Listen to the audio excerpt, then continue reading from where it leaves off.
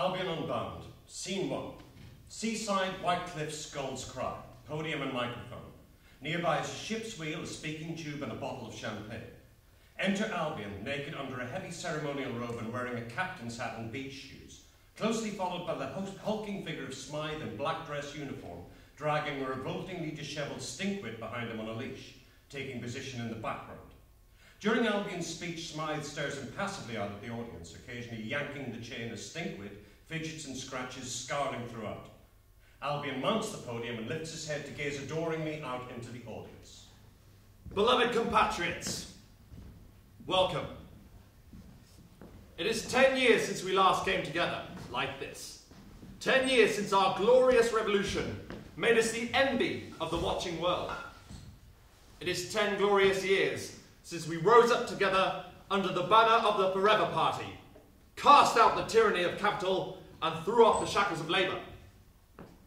We freed the people of this great land from a life of slavery and ennui, set about establishing an earthly paradise. Imagine an entire nation founded upon the principles of excess and beauty, with art and music enshrined as its religions, excelling in the science of the impossible and the philosophy of the absurd. In this corporate rational world, who would imagine? We could. Who could dare imagine? We did. And the fruits of our endeavours have ripened beyond our wildest expectations. You are testament to that. What a riot of colour. Such costumes. What a parade. I am breathless with excitement, giddy with emotion. Thank you. In truth, it is yourselves you honour. I am just one man among many. But let me ask you something, my sequin friends. How can we possibly improve upon perfection? What possible flaw can there be in this idyll? Surely our journey to utopia is ended. No, it is not. We need to free our land as we have freed our minds. And I do not employ metaphor or hyperbole to declare it so. For 10 years ago, our engineers were set their most daring, their most impossible challenge. They have split mountains and dug chasms to set our nation free from its earthly chains, built mighty engines to set our island free to roam upon the wide oceans. The wheel of history comes full circle. We lead the world into a modern age through the industry of our people and the highways of the sea. Let us now lead the world into a new age of wonder. Today, we set sail! He thrusts the champagne bottle up in a salute, drinks heavily and throws the bottle to smash. With a flurry, he arranges his captain's hat and whirls to bend to the speaking tube. Engine room! Aye, Captain! Engines full ahead! Full ahead, aye, Captain! Albion seizes the helm and strikes an epic pose. There are two mighty blasts of a ship's horn and the lights cut to black. Scene 2. In the darkness, we hear the distant sound of a noisy crowd and the thump of drums. Slowly, the lights go up on Albion's throne, surrounded by the debris of a celebration. Behind the throne, a large banner hangs hidden in shadow. In front of the throne, to one side, lies an overturned table, surrounded by empty bottles and tankards, from behind which a brightly coloured boot protrudes, where Stinkwit slumbers in fitful, drunken stupor. Offstage, we hear Albion approaching drunkenly, singing the tune of Jerusalem, barely recognisable, and minus words which he can't remember. Enter Albion, still dressed in his imperial robes, his face covered in lipstick kisses, and wearing a pink feather boa around his neck. He carries a half-empty bottle and an enormous cigar which he chugs on alternately, punctuating his drunken song as he lurches home. In Albion's warm and sun-kissed land. He raises the bottle in salute, losing his balance in the process. Not got my sea legs yet. Steady as she goes. He rights himself and surveys the chaos before him with some satisfaction. Where is everyone? Why this silence? It's early yet. Music, girls. There is no response. Albion looks nonplussed and begins to pick his way towards the throne. After a few steps, his nose wrinkles and he stops. He sniffs the air again and recoils, then follows his nose, which leads him straight to Stinkwit's protruding boot. I should have known. Stinkwit! Foul wretch, wake up! Entertain me, your emperor commands it! When there is again no response, Albion loses his temper and aims savage kicks behind the table. With a roar of pain and surprise, Stinkwit explodes out from behind the table, scattering debris in his attempt to escape. He scrambles far enough to safety and sits on his haunches, pulling his beard and growling at Albion, who turns away. Let us not quarrel, Stinkwit. Not today. Stinkwit massages himself, still eyeing Albion venomously. Why not today? Miserable creature! Where have you been hiding? I haven't seen you since the ceremony. I gave my jailer the slip and sought refuge here in a bottle, gladly oblivious to all until your regal foot found my swollen balls. Why did you rouse me? Is your day of decadence not complete without its quota of misery heaped upon my bowed shoulders? Are you so bored of whores and sycophants you seek solace with lowly Stinkwit? Where are they, your preening flock? Spent already, leaving mighty Albion all alone. What a glorious day it has turned out to be. What a triumph! Albion is unsure whether to take further offence, stumbles to sprawl on his throne, exhausted. Stinkwit. Ugly, malodorous, and sour. I salute you too. You flatter me, sire. Indubitably. What a night. What a day. What a miracle I have achieved.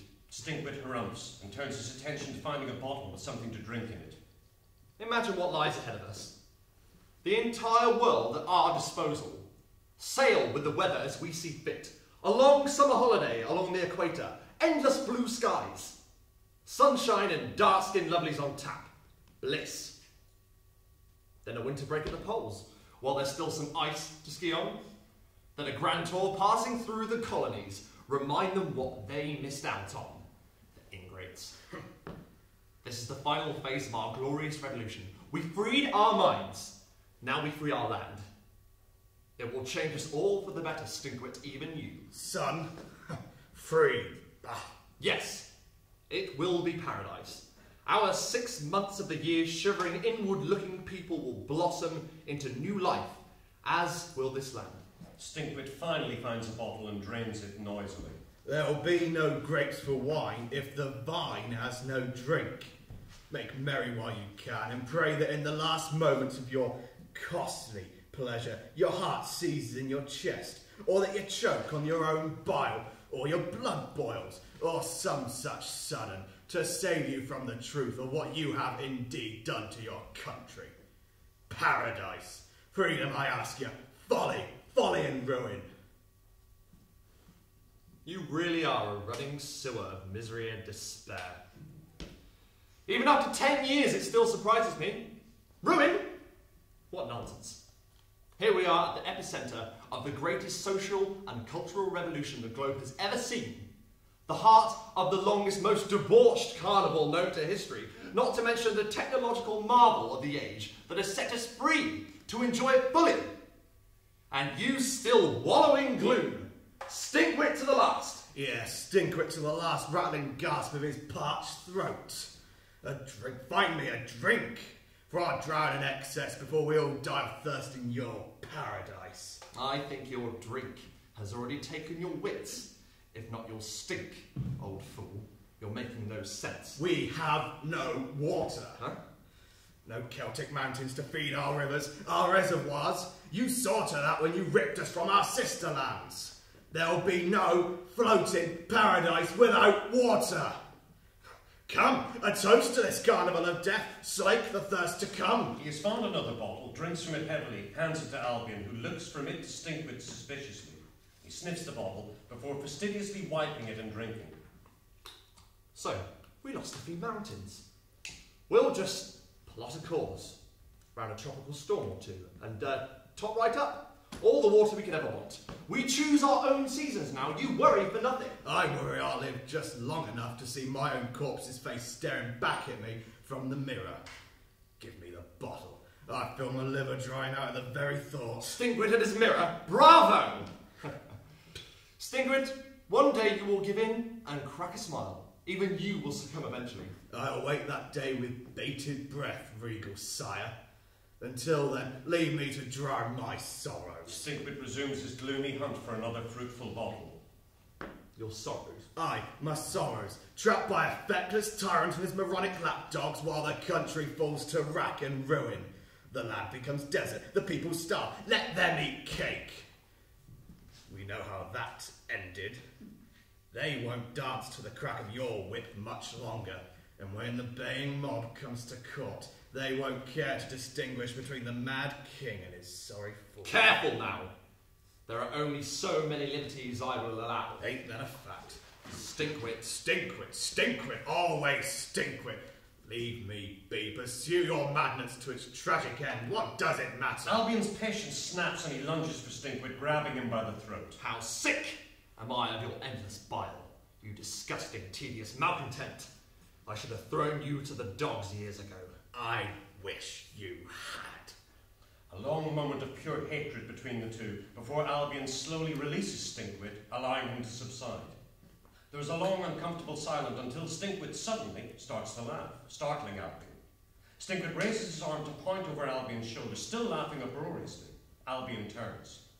Lights up on the banner behind the throne. It is Albion's face and the words 10 glorious years emblazoned on it. Only someone has spray painted a blood red, unhappy face over Albion's face.